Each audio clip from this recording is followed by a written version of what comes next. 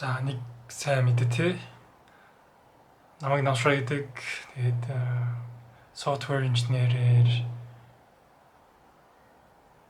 энэ баг 10 жил ажилласан. Тэгээд энэ жил надад remote-оор Тайландаас ажиллах боломж юу нь гараад тэгээд Тайланд руу явахаар болж байна.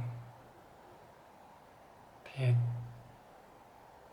ер нь яг нэг яаж ажилладаг те яг юу хийдэг гэдэргээд тухайн зүйлүүдээ бас тодорхой хэмжээнд бичлэгжүүлээд хийгээд үлдээ гэж бодож байна. Тэгээд this is my first vlog. So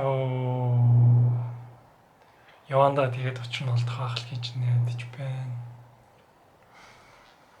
Яа тийм энэ тэгээд тэнд очиод тодорхой хэмжээнд мэргэжилтэйг холбоотой тэгээд яг яаж илүү productive байх гэж хичээдэг те яг тухайн зүйлсүүдээ бүгдийг тодорхой хэмжээнд тааруулахыг хичээх болно.